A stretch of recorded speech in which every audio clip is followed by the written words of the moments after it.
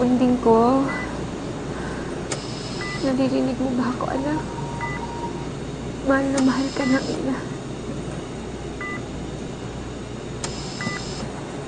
Hindi ko pa kayang bitawan ka. Ayoko.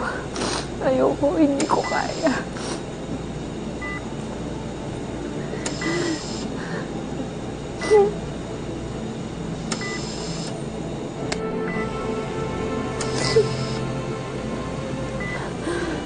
Bigyan mo ko ng sign.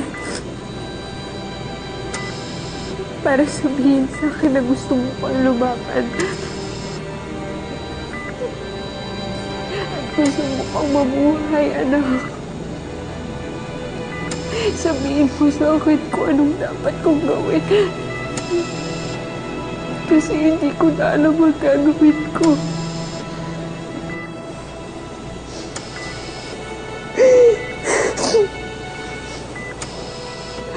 Huwag kang susuko. Huwag kang susuko, Munding.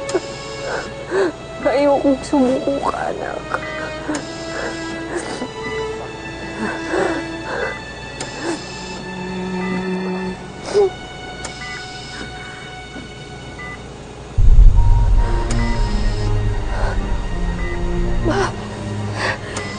Ma, gumalaw si Munding.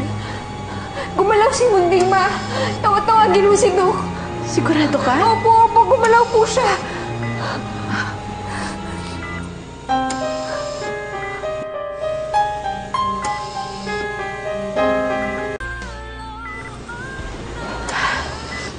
Doc, gumalaw ho yung anak ko.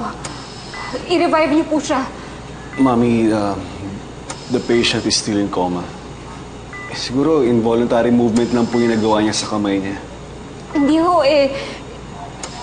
Hinawakan niya ho yung kamay ko eh. Kinakausap ko siya kasi kanina. Sabi ko, bigyan niya ako ng sign para malaman ko kung gusto niya na buhayin ko pa siya. Gumalaw yung kamay niya, ibig sabihin gusto niya. May mga times po kasi na muscle reflex lang yon. Pero it doesn't mean na naiintindihan niya kayo. Pero kung gusto niyang revive siya, sige, yun po yung gagawin natin. Yun na ho, Doc. Yun ho yung gusto ko.